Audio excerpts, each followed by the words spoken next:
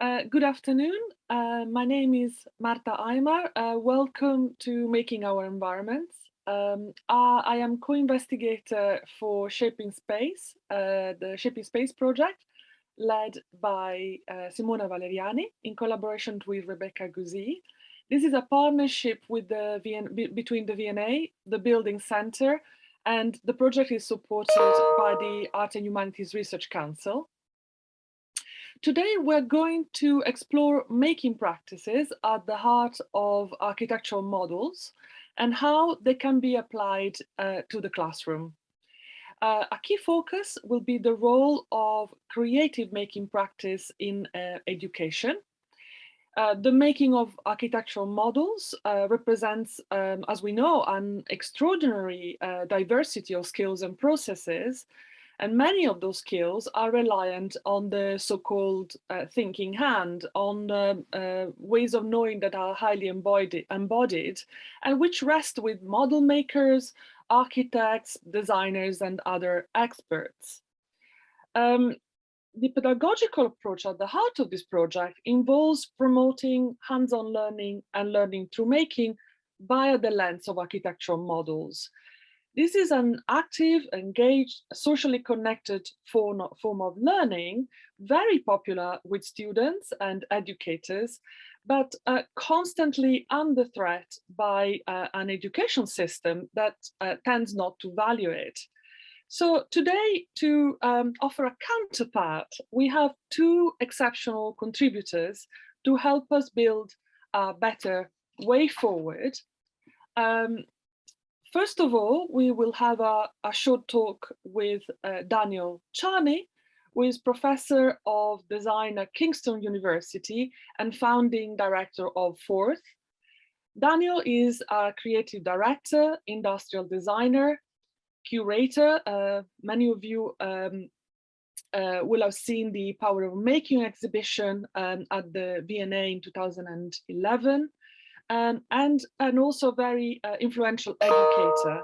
He is a tireless advocate for the importance of making in our future, and his work has an extraordinary local and global impact.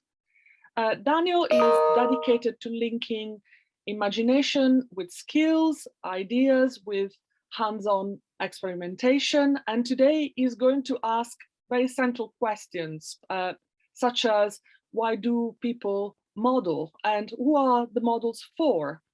He's going also to flag one of the most recent initiatives that he has launched, Make It Open, which is an open invitation to schools to engage in purposeful collaboration between schools and outside communities. The talk will be followed by a hands-on make-along session led by model maker extraordinaire Maz Weineck. Maz is a model maker and artist working at Stanton Williams Architects, where she creates presentation and development models, and where she's also involved in facilitating model making. So the focus today will be with mold making and casting. I would like now to hand over, first of all, to Daniel. Welcome, Daniel. Hello. Thank you for inviting me to take part in this conversation. We see ourselves as prototypers of all the things we do. And so it's a great opportunity to also share some of that work here. And I'm not sure who is around and how involved you are in making during your teaching, but it would be great to have a feeling if you could use the reaction hand or something just to indicate how many people use making in their teaching now. Okay, so about half of us or more. It's growing. That's the right direction. Yes. Okay, great. I'm going to kind of talk about 3 projects and then an invitation. But the question that Marta, Rebecca, and Simona asked me to address is the types of prototypes and who are they for. So I'm going to talk a bit with a few examples. Hopefully the sound also works. Share, slideshow. Right, at this point I don't really see you, so I see two people. Is it working, Marta? Great, okay. So the first question is, what are we doing when we're making? Are we making things? Are we taking part in one of the systems that we are part of? And the other question is, what are we making for? Where do we want to see change? And this has been the kind of question that's led to most of the learning and engagement projects we've been involved in, is what is it that you're doing and where do you want to see the change happen? And I'm going to start with one of our latest projects just to jump in. It's called Fixcamp. So this was 3 years ago. 4 now.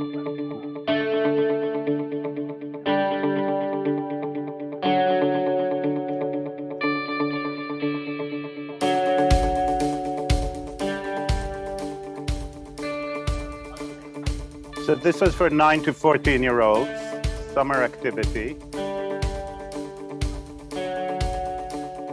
And some of these children have never held power tools before, but they're all very capable of having ideas. The question was how to make them happen outside their head. So they learned some very basic things that have been forgotten from many curriculums. And they also looked at traditional and new technologies as a continuum. Every lunchtime they had a conversation about how to live together well in cities that are getting more and more crowded. And then they went and built an idea, prototype, large scale.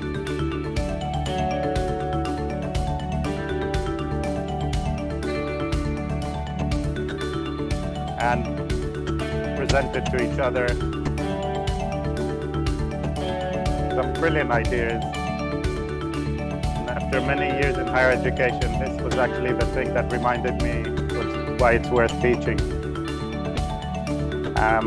They were working in 5 different core materials along the 5 days. So this really captures the kind of mixture between learning and engagement and learning through making, and was an introduction to engineering in a way.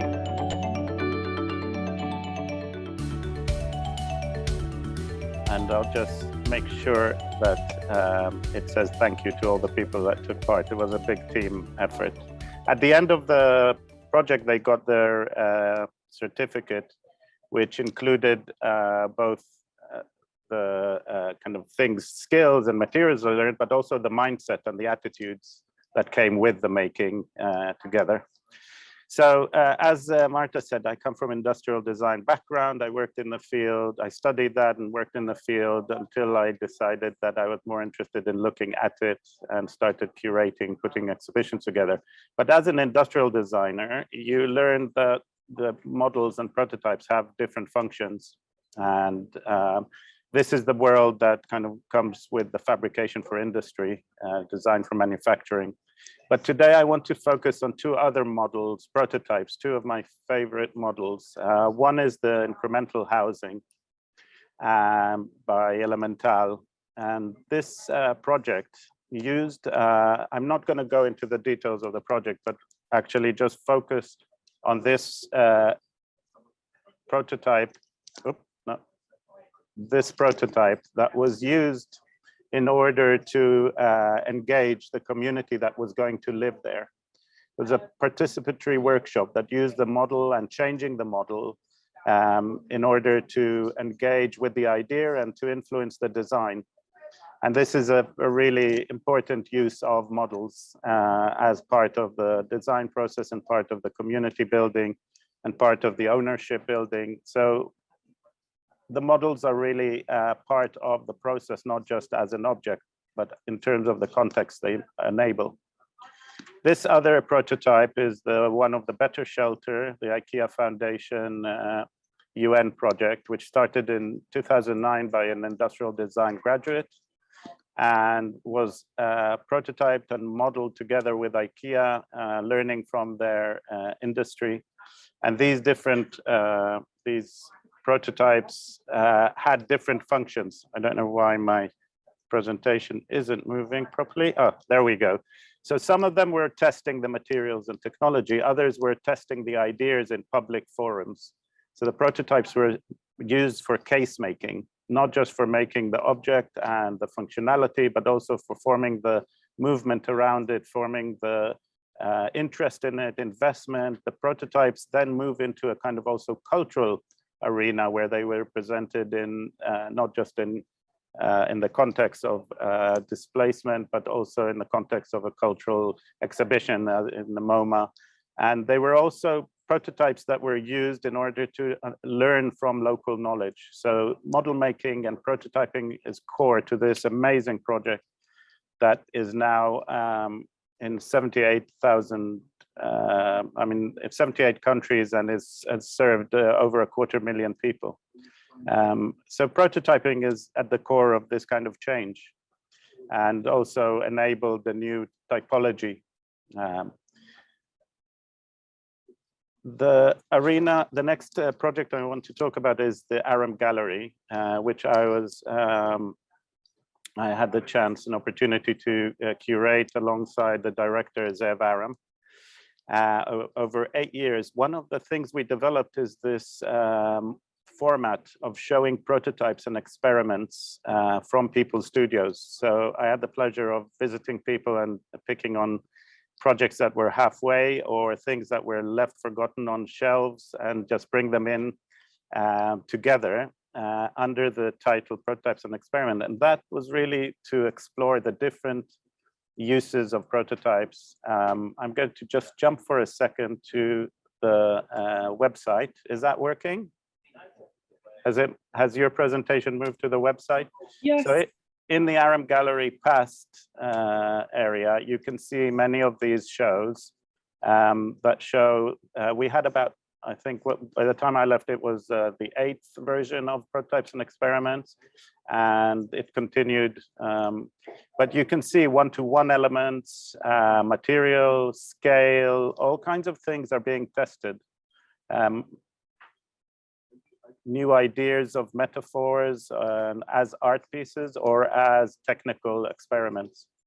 And really, I'm not going to go into length, but there are 7 of these presentations on the website if anyone's interested.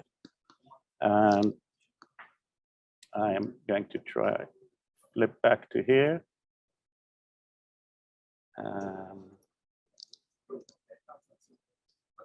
And yeah, I chose 3 out of this exhibition just to kind of make a point about the difference of how the prototype is being used, whether to explore an idea or a principle really early on, or to try a material, as in the case of the rawhide leather chair, which was in the middle of the process taken out and shaped so that when it dried, this was a student project that became a commercial project by Tomek Rigelik, and a structural experiment on the right here by Gita Geschwetner. The one on the left is the one of the sketch models by Nigel Coates exploring both meaning and structure and materiality, and it's kind of a really very open in terms of its detailing, and I think many of the details may have happened while they were making. So that was kind of the opportunity in the ARAM Gallery to put these objects next to each other and see the different ways people are working, different prototypes in terms of from a sketch model to a finished, almost pre-production piece. The next project it led to from the ARAM Gallery, I was invited to, and just to say that the context of the ARAM Gallery is very much within a professional community of practice. or communities, different communities of practice, whereas power of making at the V&A was very much in a public arena. And in this case, there was a mix between finished products and prototypes and models. And this wanted to demonstrate the kind of way that making is central to our lives, and maybe remind people that it's one of our greatest resources. There is a film which captures it by Jurian Buij. I don't know if we have time, it's a 3-minute film. So I'm gonna just show the beginning of it so you know what to look for. It's a film, a kind of triptych that he did during the process, visiting all the places that we were looking at. It tried to capture what happens to people when they're in the zone of making. So I'm going to stop that and go back to the presentation. I know it's a bit frustrating, but we'll send the links and share them. The exhibition really didn't have a structure in the sense of themes or a narrative that you had to follow. It was very much like going into a maker's head and trying to understand how makers think about materiality, scale, perfection, detailing, sketching, and very much about that moment where you are in the zone and you're thinking by making and making new knowledge. This was, I think, the research for this was during 2008 and 2009. The maker kind of environment was still not very well kind of received as it is maybe today, and maybe the hype has already passed. But it felt exciting to have a focus on making rather than craft or design or engineering, and try to find the thing we all share. And it was very much a kind of environment to learn from. Out of that project came a learning program called Fixperts. Same values of thinking through making and creating new knowledge, but in a social context. This is a short project done by students that were using this, that were taking part in this learning program some 9 years ago.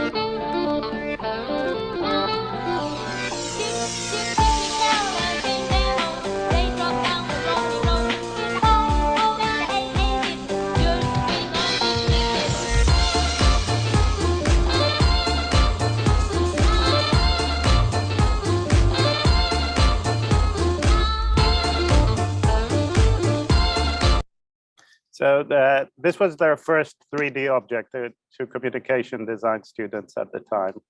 And this started happening in different universities around the world. People were prototyping and actually making the prototype strong enough to be given and become part of the fixed partner's life. Around the world, people were doing daily things, really small, daily, repeated problems, helping people improve their day-to-day.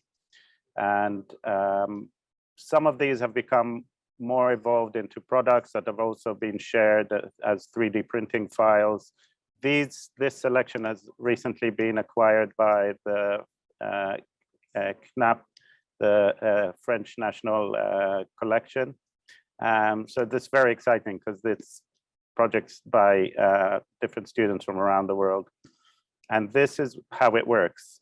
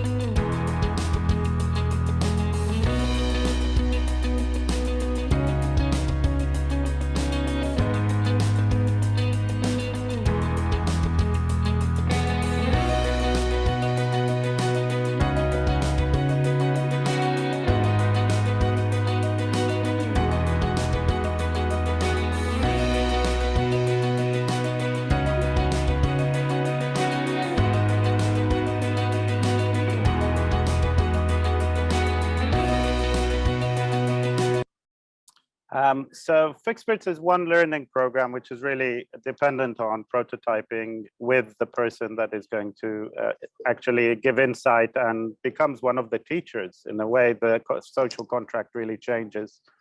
And Fixperts is responding to kind of what is going on in the sense that we think that making it's a demonstration among other learning programs and many other schemes that other people are doing, but we wanted to capture the context in which we're working to be able to communicate to students and to communicate what we're doing and focus and show that Fixperts is part of something. It's not an independent program. It's part of really trying to see change, and the change we're interested in and that we think that making is critical to is this cultural shift in which, I don't know why, oops, there we go. Making becomes and is seen as a critical, essential skill. And in order to help people understand, then we also developed some materials for schools, and together with many teachers trying out different formats other than the university model, and looking at how it helps them deliver what they're interested in. And of course, it's connected very strongly to these values of maker culture. But really, I wanted to touch on one aspect, if the slides will help me. Yeah, there we go. What is it about this making when you have a purpose? Why is it so valuable? And we see it, or I really understand that it allows us to bring these two aspects together of creative thinking and critical thinking while we're making and generating ideas. And when we started working with schools, we thought, yes, it will go into the school day, it'll become part of the curriculum, but that's a very hard thing to do, as all of you know. And while we did manage to get to a kind of T qualification proposal, it didn't go through, and it was very hard to really introduce a project-based learning format into the... Sorry to interrupt, you have another 3-4 minutes. Okay. Good, thank you. So after trying to work within the school day, we thought we're so small, we need to work with lots of other people and we're standing on the sidelines, but we can excite some conversations. And these were the 4 topics that we chose to explore with others.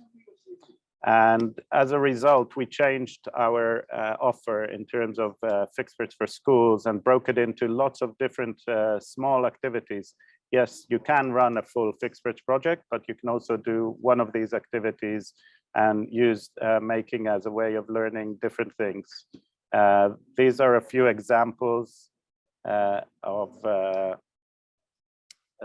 stages from the process that use making. The discovery stage, of course, is very critical to try and make things to see what your idea is, and then going on forward, the production of it and following through. So these teaching resources are now free and can be accessed through our online, through our website in the dashboard for schools. Just register as a school and you can download them and have a look if it interests you. It can run as a full Fixperts project, but also as a kind of different, I guess, schemes of work. I wanted to share kind of an example of a resource. This is one resource that shows what Fixperts is, the stages, but also has a bit of information about how it might work in different key stages and how the different exercises might work or fit in.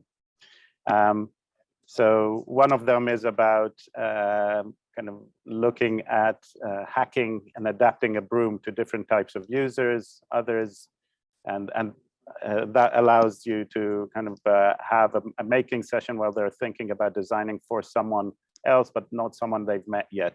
So it's a kind of introduction. And in terms of curriculum, we've seen it being appearing in kind of STEM weeks or STEM days, or really as a full project in design and technology. It's more and more being used by science teachers, and we've had other interests, but it's around now about 5 years and only now beginning to kind of show up in different places. Yeah, that's kind of the end of Fixperts for now. If anyone's interested, please just write over. We'll be happy to answer questions. The last thing, as Marta said, I'm happy to extend this call for a project called Make It Open. It's an EU-funded research project into open schooling that combines maker education and science learning. And there's a website and an invitation. If you're interested, you can sign up and join one of the introductions to register your interest. Just click and join. The next stage of this project, after we've done 2 pilots, one in London, one in Manchester, with schools, primary and secondary, and those learning scenarios that they wrote around using making to explore the air we breathe, or how to make their school into a zero waste school, or looking at an all-weather classroom. These lessons are now being packaged as resources that will be trialed in different countries around the world. And also here, we're looking for 15 schools to join the next stage in the Open Schooling Hub. So please do have a look if it's of interest. Thank you. Thank you very much, Daniel. Perfect timing as well. We now have a few minutes for Q&A with Daniel, and I would suggest that if you have a question, you raise your hand and ask it directly.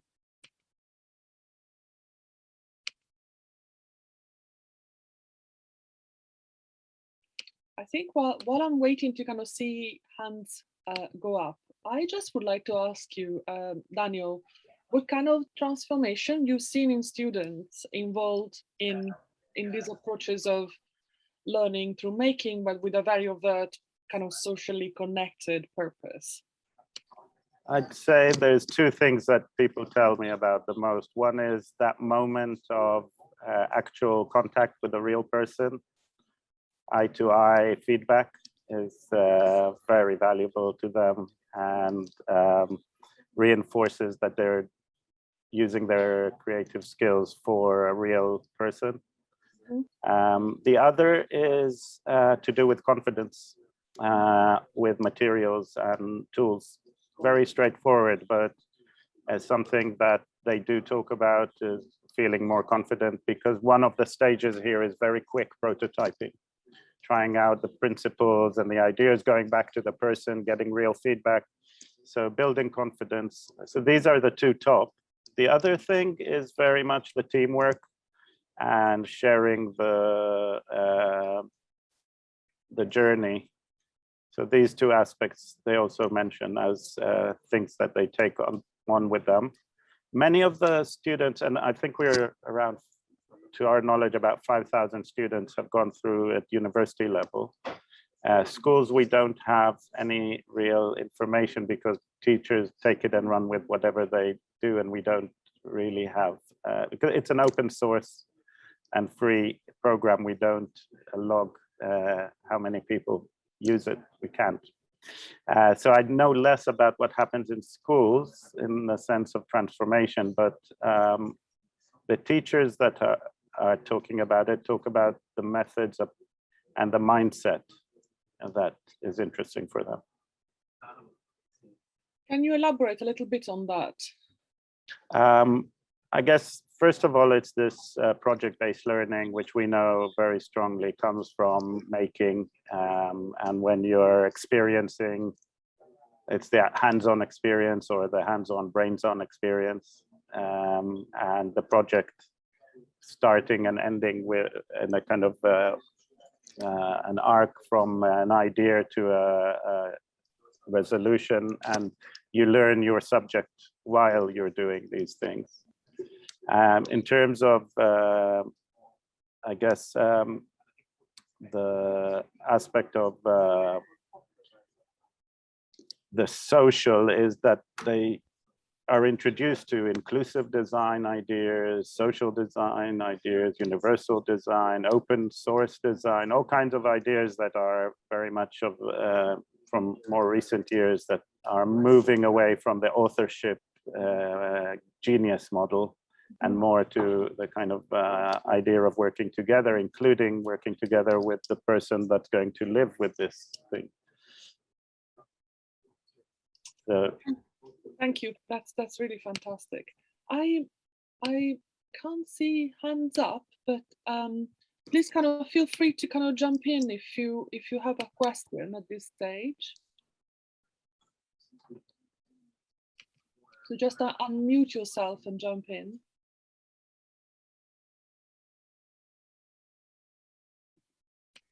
I've always found your work really inspirational. What was the impetus behind really trying to get students more involved in practical skills again? Was it something that you'd seen a decline in, or is it something that you just found was so fundamental to development? I guess both, because I'm very much interested in doing while researching. So not doing your research and then trying it out, but actually doing your research and making your prototypes from the beginning in parallel, not one after the other. So from a teaching perspective, that's always been the approach. And also very interested in parallel ideas. So modeling a number of ideas at the same time. We used to run together with when I was teaching with Roberto Feo, we used to run a kind of project called 10 of a kind, where you very quickly answer or respond to a situation with 10 ideas, then you choose one of them and you do 10 versions of it. And this kind of iterative, agile process is very much part of it. The other aspect you mentioned, yes, I did see a decline in people going into the workshops, in the confidence around using tools, which used to be very much really a backbone of design education, especially at the MA level. You had people who were really confident could go into the workshop even if they weren't sure what they had to do, or even if they just had to make a piece. And that, to some extent, there was a lot of new knowledge happening with screen-based modeling. So that was exciting.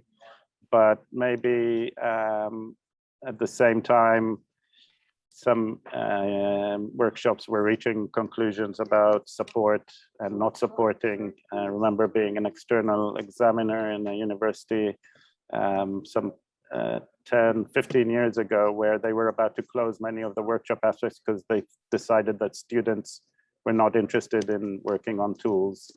various tools, and turned out it was a misreading. It was they didn't like the people that were running the workshop at the time. So there's all kinds of situations that were happening, but it did make me think that it's beginning to have less of a central role. And when we moved to working with schools, I was even more kind of confounded by I don't know, yeah, I guess it's kind of a deterioration of opportunity to use tools. They're not around anymore. They're in so many places, and basic skills were not there. There's some very pertinent reading around that came out from Ofsted, Spielman, and from surgeon Roger Kneebone about the lack of skills both in schools and in young surgeons. So yes, there was an aspect of concern as well. Yeah. Thank you very much, Daniel. So a very quick question, Daniel. How young is the youngest age group you have worked with this approach? When you ask you, we're a group of people, so it's not just me. It's there's a lot of other people involved. We've been involved in family maker fairs, so you get 4 or 5-year-olds sometimes doing things. In terms of actual learning program, the fixed camp was for 9 to 14-year-olds. We're now working on a program which starts at the year at 6-year-olds, and is an after-school club format for making and discovering. Thank you. I think one of the many interesting things that you have shown is also as well as the developing ideas and iterative design, is also, as you said, these basic skills, or how does the plug work and how do you put it together, that you showed. That I just recently realized my teenage kids, when I opened a plug to fix it, they were horrified. What are you doing? It's dangerous. And now it's not connected to. Funnily enough, it was the most popular activity in the fixed camp. Yeah. So I think you know it's a combination of the two things that I think it's really needed, of thinking, also giving people confidence that they can fix things. Well, in terms of the. So there's that aspect of it, the confidence, but there is a kind of deeper, I think, issue, which is, you could call it the material culture, that people's knowledge of materials, material intelligence, and people's attitudes towards resources, knowledge of where they come from and where they're going, the aspects of consumption and the relationship to making. So it's kind of, I think the sooner we start, the better. And that mindset is something that can, I guess, be embedded in learning, and should be embedded in learning from a very early start, being that combination of critical and contextual thinking. Brilliant. Thank you very much, Daniel. Thank you for your time. Thank you for sharing your projects and this really very inspiring work. And also for kind of bringing us up to speed with the latest work and all these resources that can be accessed online. I'm sure there'll be a lot of following up. If people are interested, I can post them in the, I don't have a chat. I'll send them to you and you share them. If people are interested, they can. Fantastic, thank you. I would like to kind of do a digital round of applause for Daniel. Thank you very much. Thank you. I would like now to hand over to Maz and Rebecca for the hands-on make-along. Hello, thank you, Marta, and thank you, Daniel, for a really inspiring talk. I went to your exhibition at the ARAM Gallery many years ago, and it inspired me. around the start of my career, so it's really cool to hear a bit more about behind the scenes of it as well. So I've also got some slides to share, but whilst I do that, what I'd like to ask is if you've got plasticine or clay, maybe you could do some prep work in the meantime whilst I share those slides. So if you've got plasticine, it might need a bit of warming up in your hands to make it a bit more pliable. If you've got clay, it might be already malleable enough. And basically just try and make a flat surface that we'll be able to imprint onto. I'll show you more photos and explain along the way. I've just put it on a piece of card only because of, so that I can lift up and show you, but you can press something just directly into the surface that you've got in front of you. You can make the flat surface by pressing with your hands, or if you've got tools that might work well. I've got something to roll with. You could even use a pen to roll it out flatly. So whilst you're doing that, also I'll say actually leave a bit of plasticine for making a wall around this shape as well. But you just need shape around that kind of size to impress some details in. I'm going to share my screen now.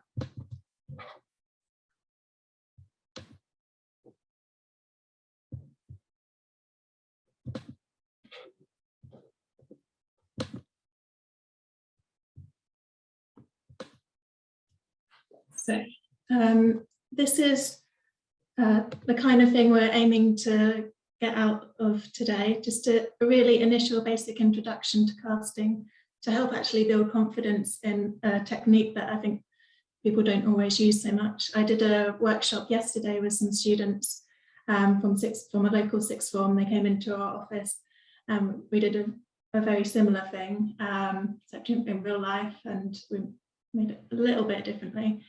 And none of them had done any casting before, so hopefully this will build your confidence to be able to do some casting if you haven't done it before. We'll be looking at architectural textures along the way, and I'll show some images of architectural textures, and also got an example of casting that we use in practice as well. So I'm a model maker at Stanton Williams Architects. I'll just give a bit more detail on that. There's two of us here at Stanton Williams that make the models full-time. We're professional model makers.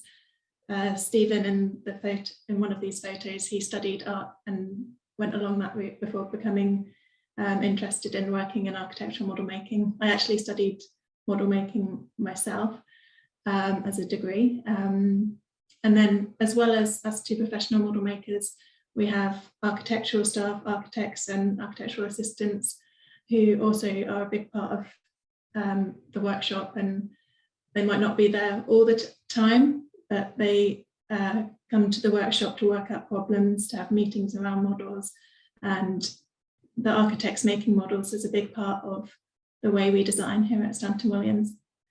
And moulding and casting is one of many tools that we use along the way. I've got something a bit different that I hadn't done maybe before I went to university, so you can get inspired by this. And there's lots of different ways you can do it. Stephen in this photo is about to pour plaster into polystyrene mould. Zoe in the middle is actually exploring, testing out making a texture with some found objects. This is for our Museum of London project, where we're renovating a derelict Victorian building, the Smithfield Market in London, to become the Museum of London. And what she's doing is she's got found objects from the derelict site, and she's about to pour plaster over the top of that. And then that texture, she'll see whether that could be something that could be used as a floor.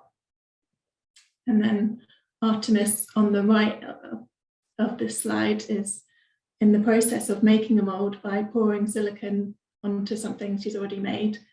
And then once the silicone's set, we would pour a different material in. I think we used like clear acrylic here, and it's a way of making a clear acrylic shape in an unusual shape. So this is an example of a cast model on the left.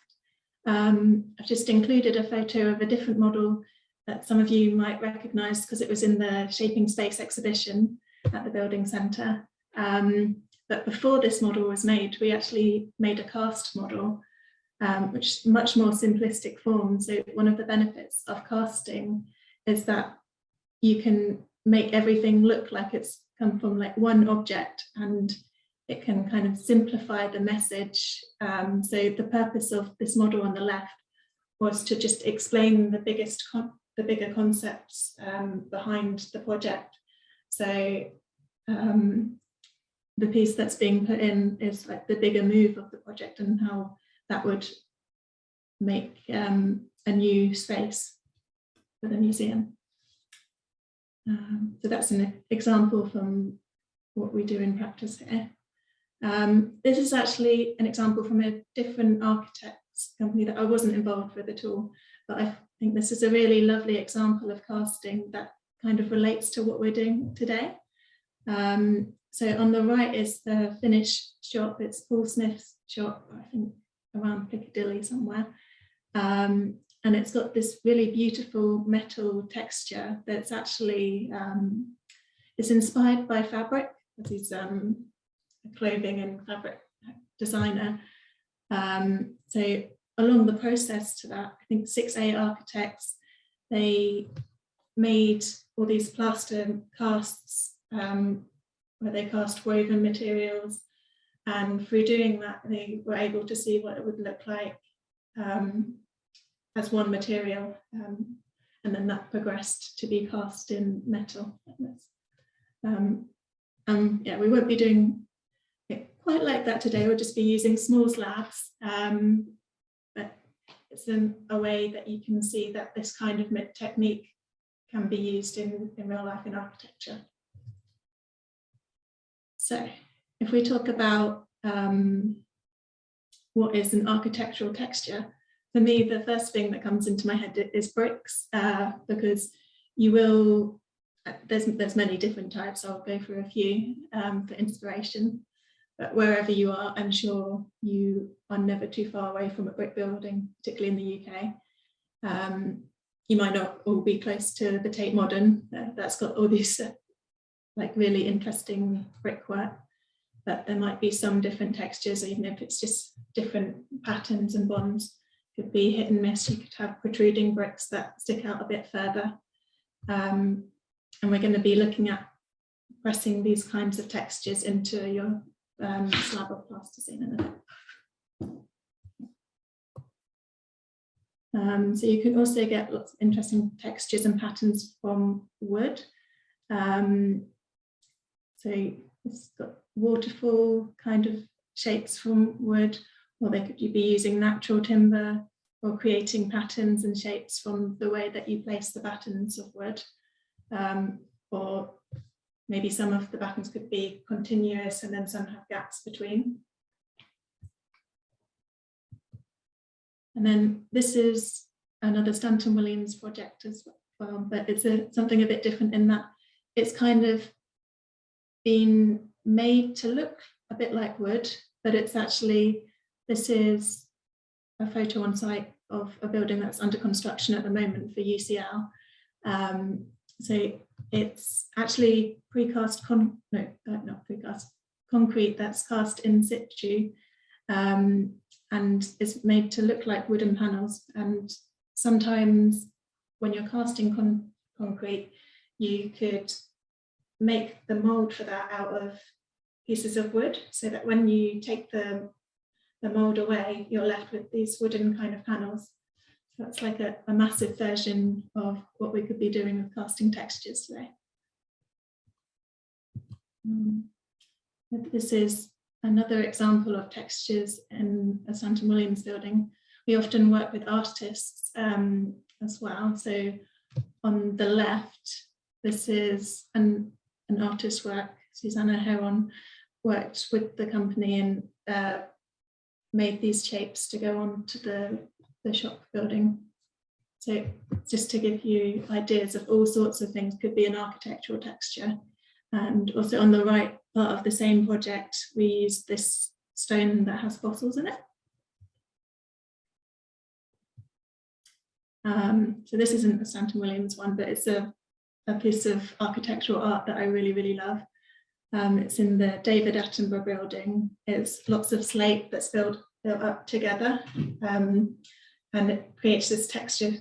It's kind of really tightly packed, and yeah, I just think it's a beautiful but subtle piece of artwork.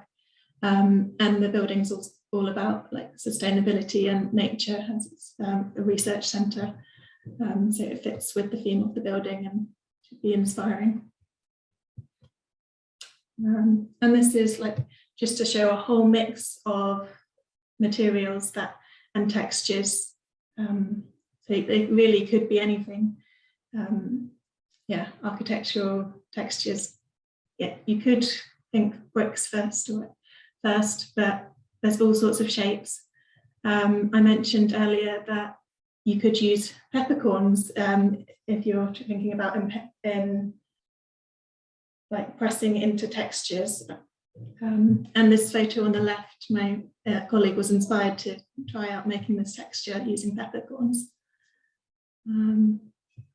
This is just a photo of the workshop I did yesterday with some students from a local college, and we gave them all these images that I've shown you. Yeah, they really got on board with it. They went very quiet whilst they were making things because they're so intently concentrating. They seem to enjoy doing something that was a bit different. Yeah, and they made these squares. Only differences with what we'll be doing today is that we won't be worrying about making a square, partly time constraints. So with them, I made like these little cardboard molds in preparation, and I just thought that's a way that you could develop this idea further so that they can make tessellating shapes and see how the textures might look together alongside each other. So, and I'll just say on the right, you can see there's the plaster casts that are revealed next to some of the plasticine even textures. So it will be kind of like the reverse of whatever you do. So if we can press into this plasticine and it will look indented, but it will be the reverse when we make a mould of it. I'm going to stop the sharing now. Okay. So hopefully now you should have a flat surface that you can imprint onto. I'm going to show you a few ways that you can have a go at this, and then yeah, you can pick one and go with it. So first off, I want to start with brickwork because it's just the first. I love brickwork. I think a lot of architects love brickwork. There's so many possibilities within like a simple material that has been around for so many years. So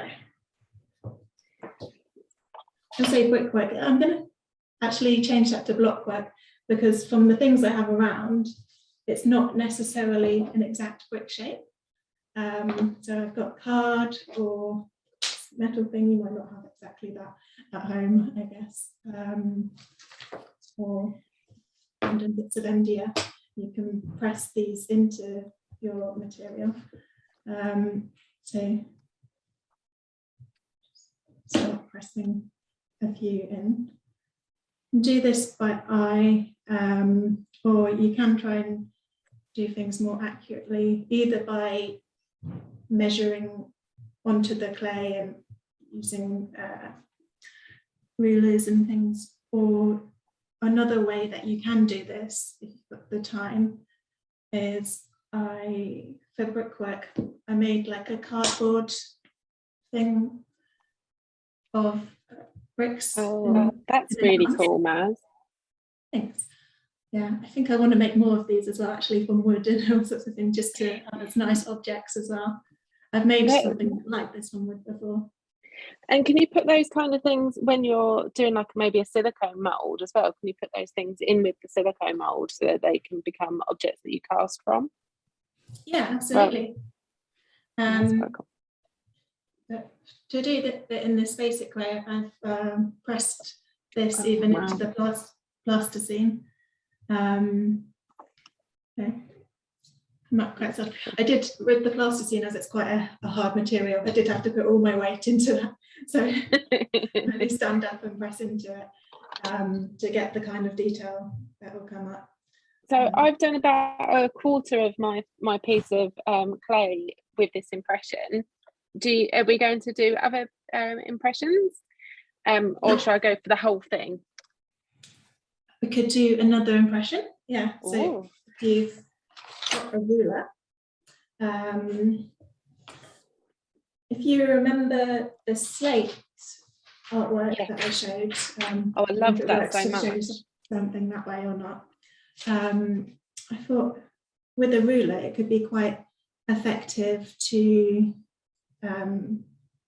just kind of press into it, make some shapes. And I think in reverse that could look a bit like slate that's tightly packed together.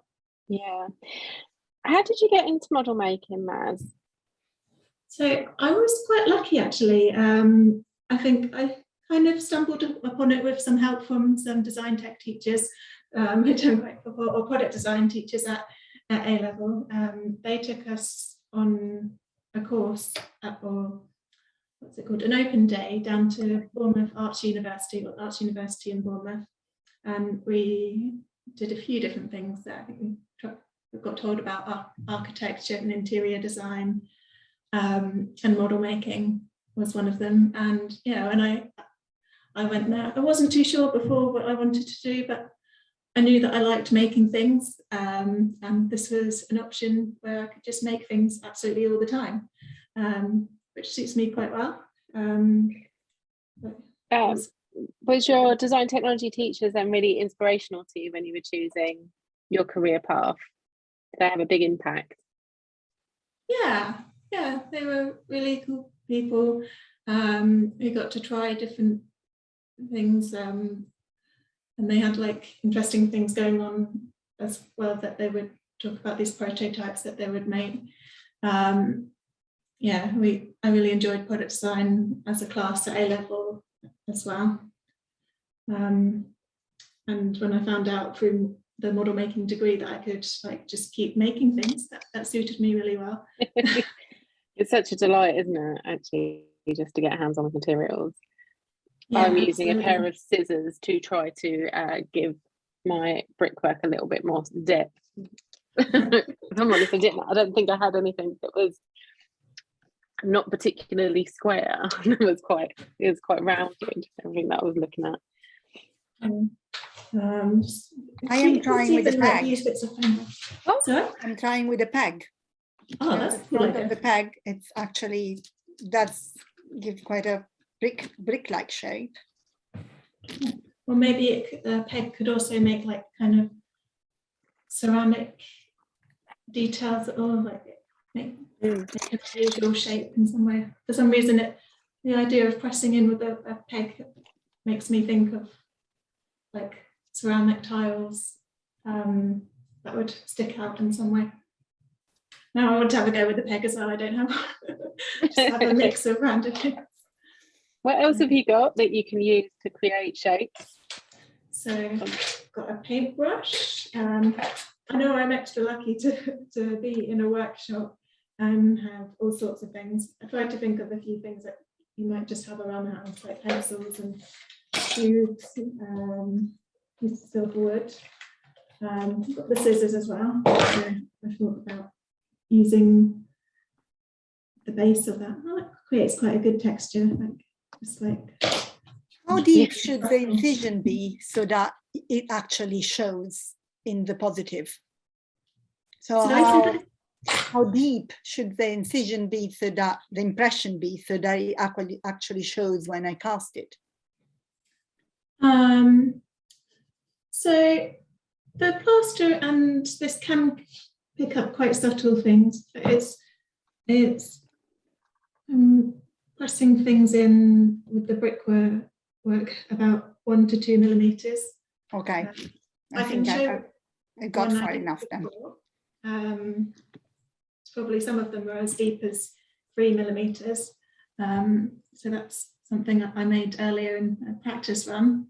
Yep. That's the cast. Oh no, not the cast. Sorry, the mould. And then this is what it looks like in mould format. So the bricks are quite pronounced there.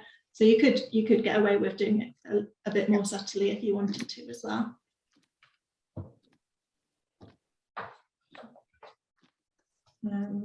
We have also got some little wooden sticks to have a play around with, like wooden texture. Well, that's a nice idea. So I cut these out from pieces of wood in the workshop, but I suppose you could also use lolly sticks if you have them. Which is what I'm using.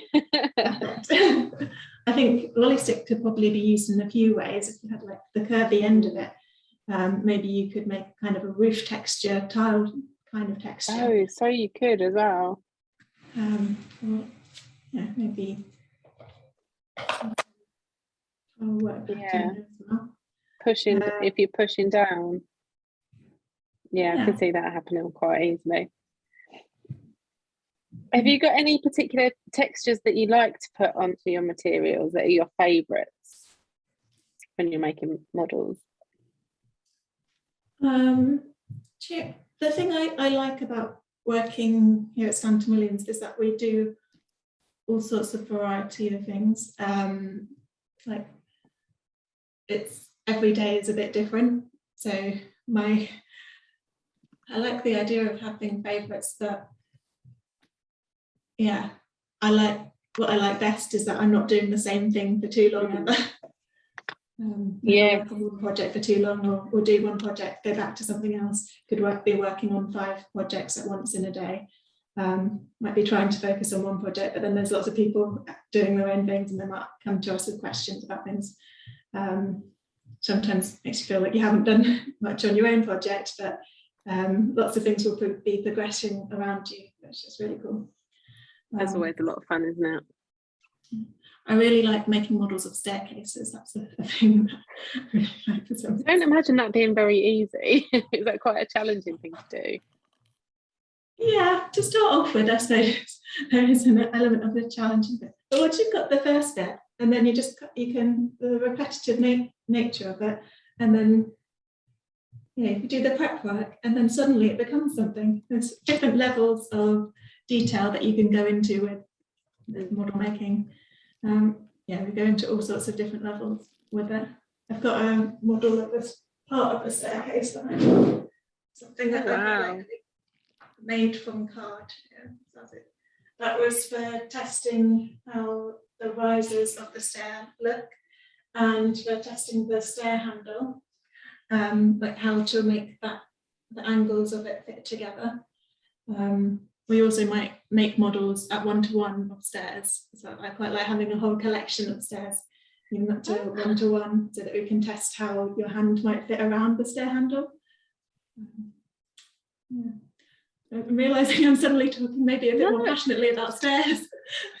Do you know what though? It's really interesting to hear, because you've just said about 3 different things. You've talked about the process of modelling to see aesthetics, the modelling for ergonomics, and you're also talking about different modelling materials, and they're all really pertinent to teaching design in the classroom and teaching architecture in the classroom, aren't they?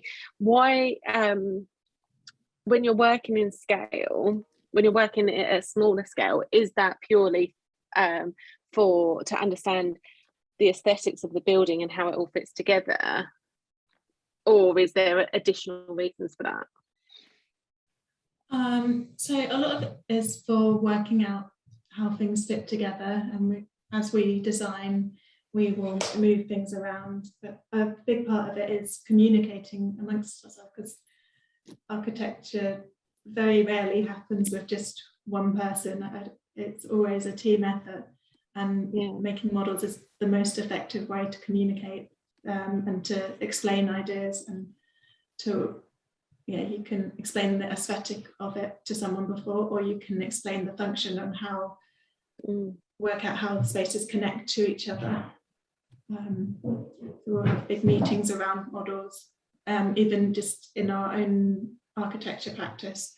We'll use them a lot, like at every level of the project. So maybe we'll use scale for this as well. So at the beginning of the project, we might be making scale 1 to 500 models. And then as we move up to look at more and more detail, you'll get, might go to 1 to 100, 1 to 50. We use 1 to 33 a lot, even though it's a bit of an obscure scale. 1 to 10, and then 1 to 1 for like testing the ergonomics of something as well. This model here is a 1 to 10 model. And we usually have a person that stands on it, so we haven't got the person, not a real person, obviously, but a 1 to 10 figure, so you can get an idea of how things might look in relation to a human as well. Have you got a specific material that you really enjoy working with as well? What's your favourite material to make models from, do you think? I really like working with wood. Again, I like the variety, because I think when we work with card and paper, everyone can get involved. So that's a really good positive thing. And whereas in the workshop, we're just working with wood, it might be more likely to be me and Stephen, although some architects will work with wood a bit as well, but card and paper, everyone can very easily work with. And then I like the variety that we get to do some casting and like make something that can be like, have a precious feel to it, and sometimes that gets people excited about the start of the project when we can pass them something that's really tactile. We might cast something in with metal powder and resin to give it a kind of metallic-y, kind of heavy feel, and feels a bit special. I think we should, do we need to move on with the making? Where are we with the making? What do we need to do next? Yes, that is a good point. We should get so if you've got a texture, I've got distracted with talking and not I've not done very much texture, but I can keep going anyway. Actually, I might do a cast of this one that's got the bricks on. Yeah. But what I will do is I'm just going to cut it down. If you've got just a smaller area, you might not need to cut it down. I'm just going to cut this one down so that I can build up a wall around it, so that we'll be able to pour into our plaster. Made a really weird shape from this. Trying to do it quickly, but maybe that will be a bit interesting. Maybe this can be a brickwork inspired tile. So.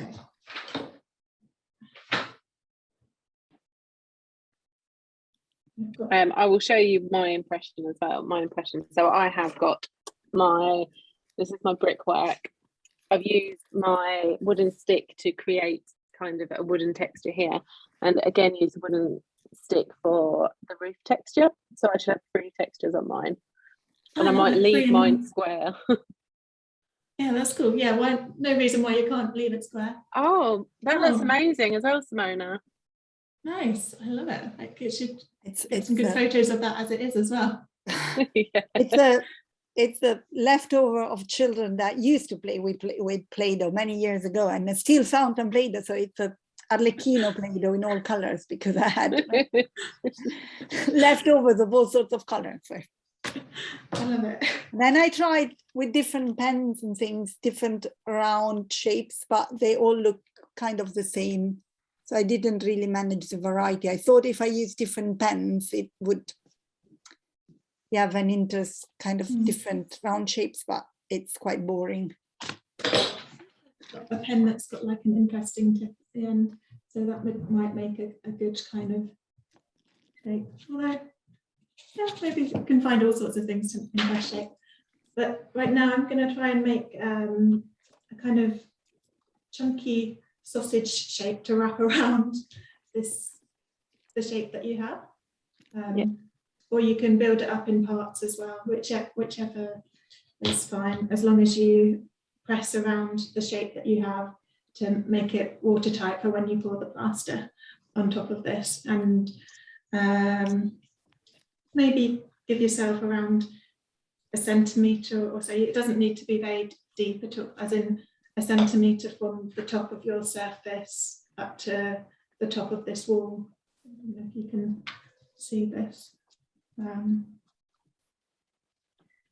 I haven't done these classes over Zoom before, so only done workshops in real life. Your instructions have led me to this, so I have got a half of a lip going on around mine, which hopefully will be nice and watertight. Otherwise, I have a feeling I will be wearing plaster on my lap.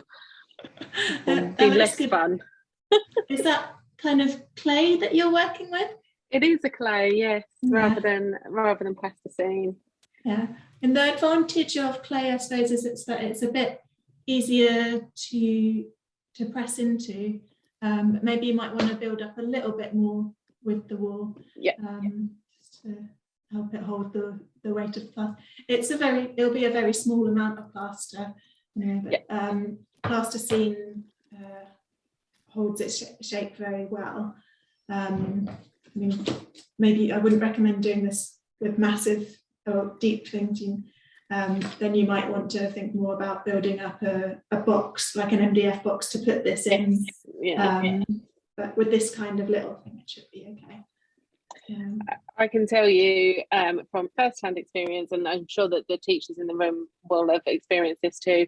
I did some polyester resin casting with a sixth former once, and we asked them to build an MDF box around what they were casting, and he assured me that it was watertight, and I didn't check it, and I can tell you it ruined one of my benches at school, because the polyester resin as well, because it set so quickly.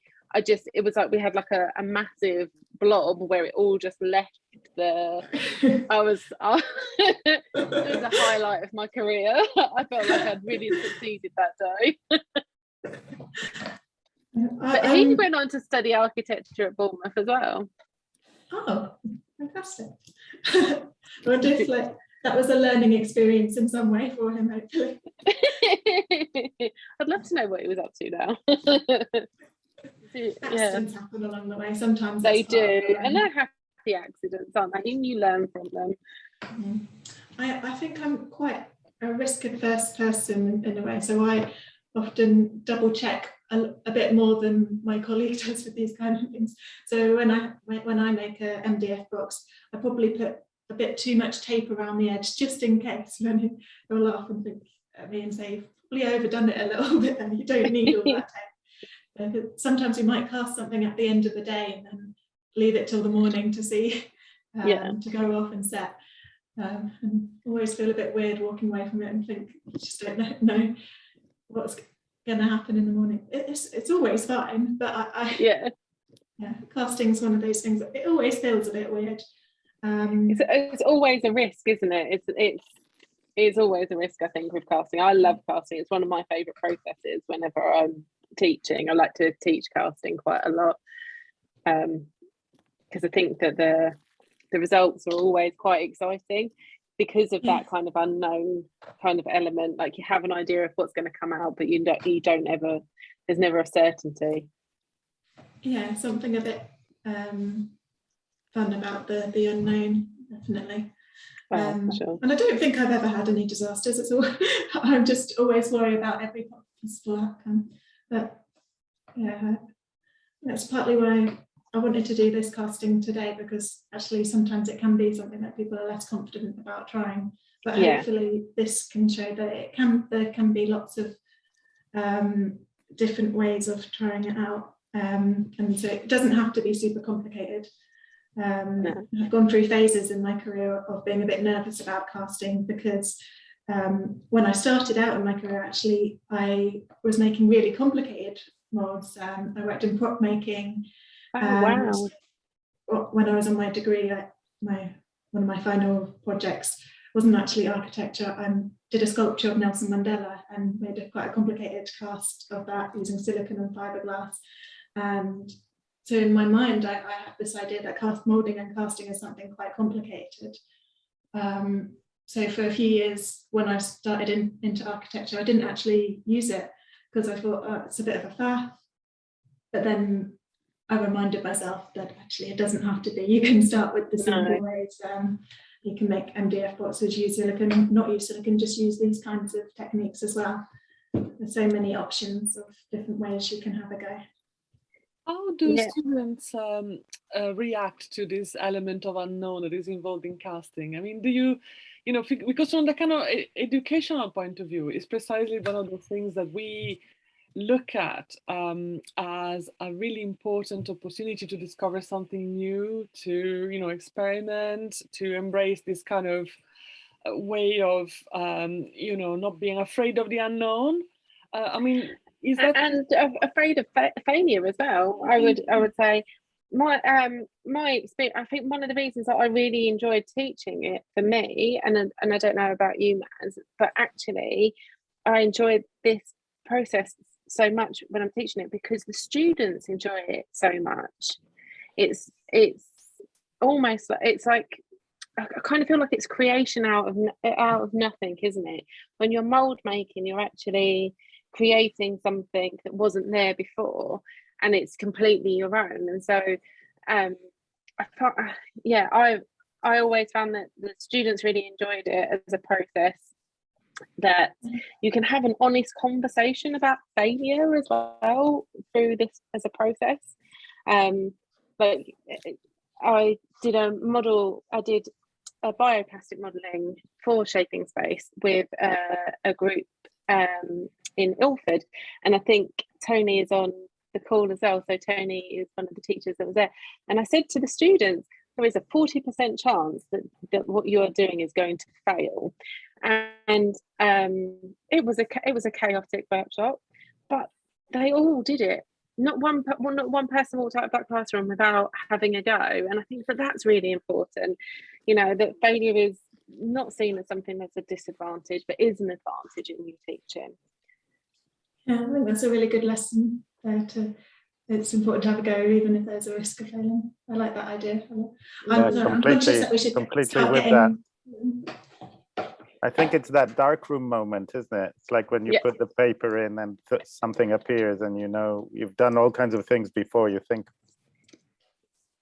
Yeah, I think it's a terrifying concept as a teacher, though, because everything is so focused on having a final outcome.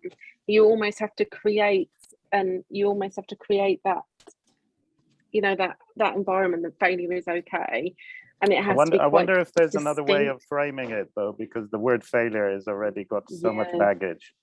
It does. Sometimes say happy accidents when things don't go as to plan. Yeah.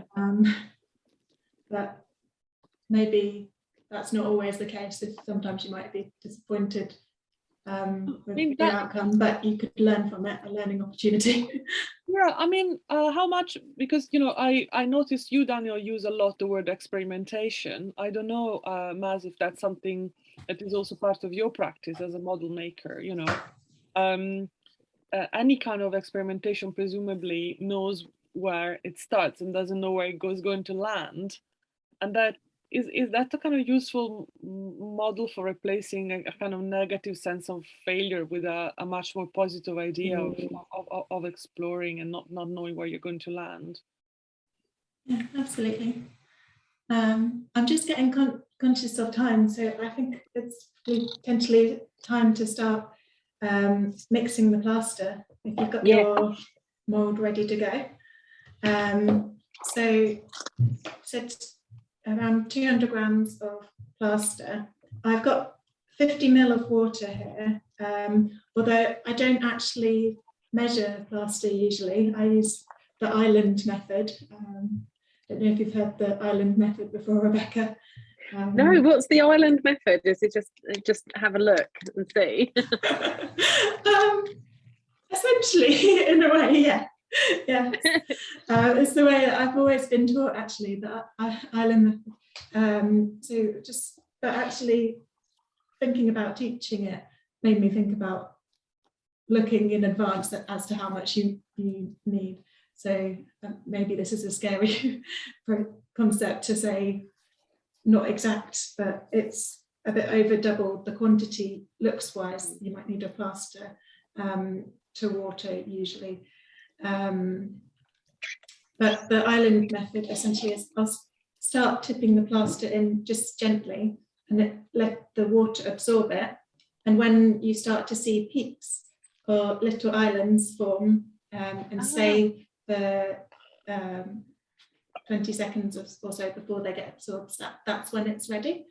So I'll see if I can explain this over Zoom. I don't know how. No, I think that makes sense. So you're looking for when actually there's something above the water. Yeah. I've used these plastic cups so that hopefully you might be able to see a bit, but yeah, might not be super clear. Never done this in front of my laptop before. This is an interesting thing. I'm not sure I'll be happy if there's an accident here. No. It's just a small if you see me disappear off screen, you know that I haven't made mine watertight.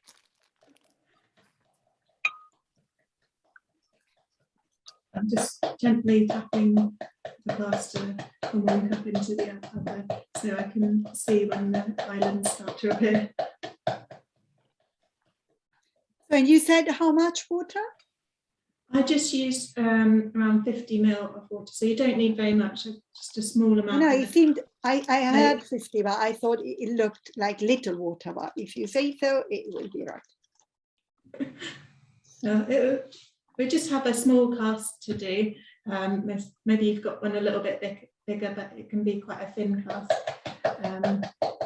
Or with the island method, I mean, the thing is, if you have more plaster, you can always use more plaster and keep going. And so if you wanted to have more water and do it with more, that's fine as well. It's depending on what you have available to you. So I'm just starting to get it settle a bit more.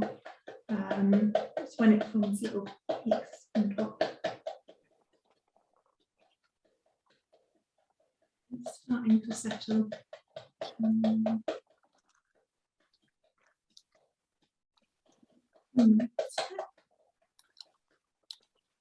Trying to do it evenly.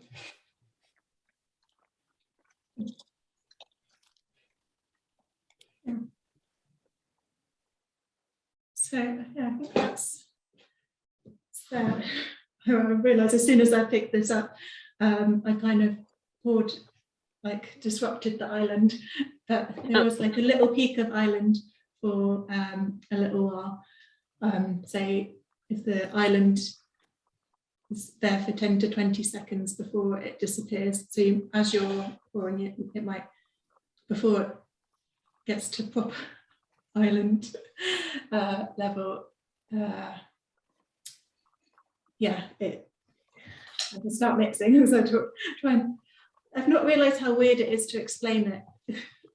No, do you know, this is the idea though about it being making is more of a tacit experience, isn't it? It's more of an embodied experience. You listen to the materials, you watch the materials, and then you make your judgment based on your knowledge of your materials rather than using like a set recipe. And I think that's really interesting. That's where you get to a point of material experimentation and deep understanding as well. Although I'll say, if you do feel more comfortable like following a recipe, or I think you might be able to find on the packet of plaster that might, it could be, this is the way I've always done it, and my colleagues have always done it. But yeah, if you feel like you feel more confident knowing a set amount, you can give that a go as well. Work out the best way for you to do it. And with model making, there's always so many different ways to do it. I see people doing things differently to me, and it's not the wrong way to do it at all most of the time. No, absolutely not. Whichever way you're most comfortable with. What should the viscosity of this look like now? How should it feel? It can be quite runny. I think mine is probably a bit too dense. What happens if it's too dense? What will I achieve? So what is the downside? So if I don't put enough, obviously it won't set. If I put too much, what happens? If it's more dense, it will probably, so there's like a variation. It can, you can still use it as dense. The advantage of it being quite runny is that it will go well into like the nooks and crannies of your design. Whereas if it's a bit denser, maybe it might not flow as well, but there's quite a wide scope of it still working. Sometimes it might take longer or more time to set. It is quite dense. Is it pourable? Okay. Yeah, I don't know if you can see what happens when I do it. If it's pourable, if you feel like it's pourable, I would recommend getting going and pouring it into your design. Can you try and do the same that I'm doing so I can see how it falls? So mine is quite thick as well, Simona, but it's pourable and it's quite smooth. So mine I'm gonna. A lot more runny. Oh, wow. Maz is definitely less dense than mine. But I mean, when I did this yesterday, to be honest, it was a lot more dense. Because I think in the chaoticness of doing a workshop, I added a bit more than was needed, but that it also worked absolutely fine. These ones that I did yesterday, and you still get a lot of detail from that. Mine is in my mould, and as of yet, it has not started leaking. Although I did find myself a handy little box to put mine in. I was like, I'm not pouring that on my lap. I am on my son's desk, so I hope I won't make too much of a mess. But I'm not doing on my desk. There is a kind of great thing about materials that have some level of tolerance. Is that also something that kind of students react to? I mean, I certainly, always kind of think about this kind of processes in relation to cooking. And for example, if instead of kind of plaster, you were making a mayonnaise, and then you started reversing the direction of travel with your spoon, you would end up with a complete mess in the recipe. While you have, from what I can see, a material that is really quite tolerant to being treated with a certain degree of kind of nonchalance, right? You add a bit of water, you add a bit of plaster, you can mix it in different directions and nothing happens. Is that something useful to work with as part of this process? I think it's good to be open to going with it if things don't turn out the way you're expecting. Like we had, we sometimes use a material called jesmonite, which is a bit like plaster, but it's kind of, you mix it with resin instead, so it becomes a bit more hard, and it's like there's different textures of jesmonite that you can use, so they'll have like different grains and different colours. It's similar to plaster. We used one colour of it for a mould recently, and that worked very similarly to this plaster and poured really, really smoothly. And then a different colour that was meant to be the same material came out really, really, really thick. And it wasn't what we're expecting, and tried changing the amounts of material and liquid we were using. But whatever we did with this that was meant to be the same material, it didn't run smooth the same way that we hoped it would do. But having said that, we still made it work.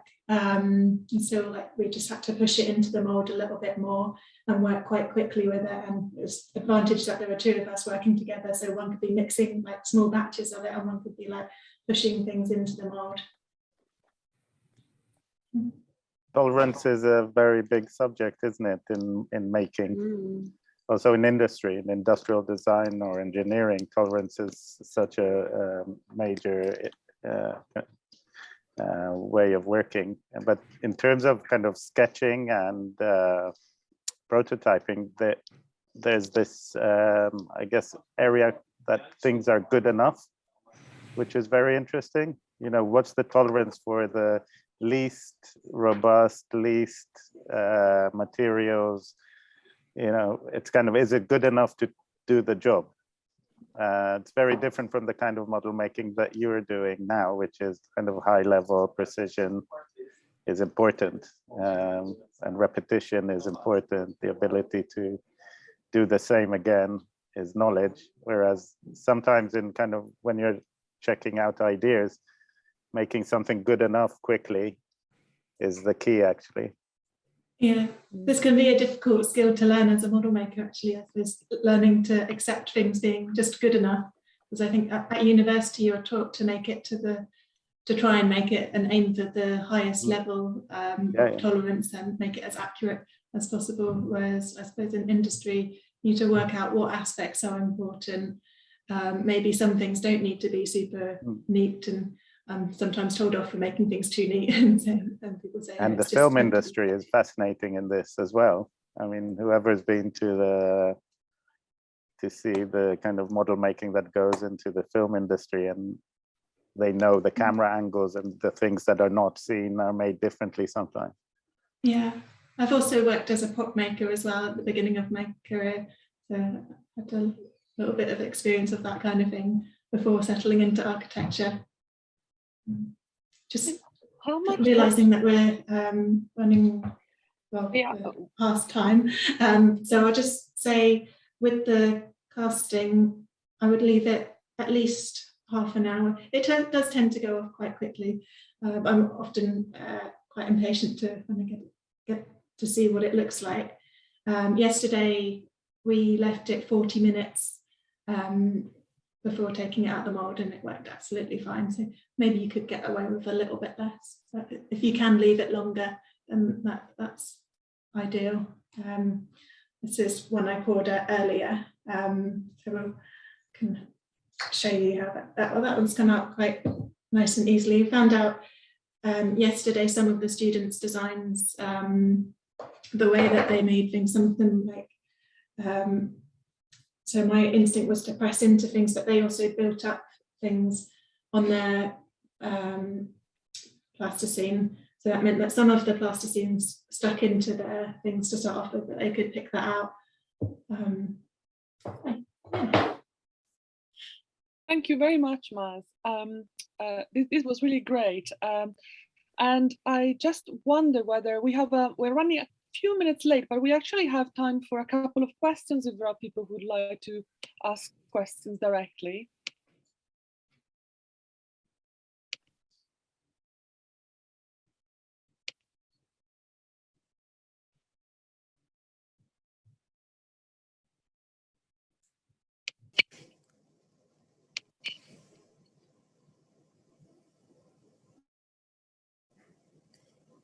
Not particularly a question. Hello, everyone. Hi. Hi, Tony. Hi. Thank you. Indeed. I must say that Rebecca, by coming to our school, has opened up a new way. I must say that an interesting way for us to encourage our girls into model making. I actually have my son on there. I want to embarrass him a little bit, but he sent me, I think he took inspiration from what Simona did as well. So he's got something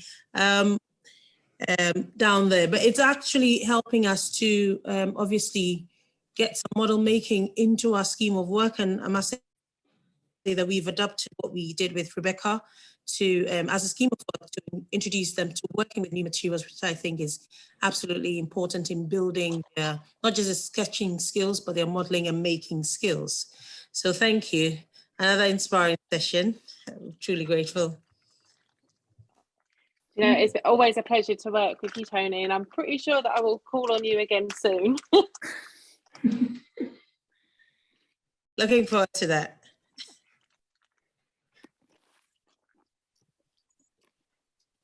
I'll just mention quickly as well, as you work with a lot of schools, this workshop that we did yesterday is part of a program that we're running with one school in particular, but we might be able to do that with some schools. There will be a limit to how many schools we'd be able to do probably, but if any of you were interested in getting in contact and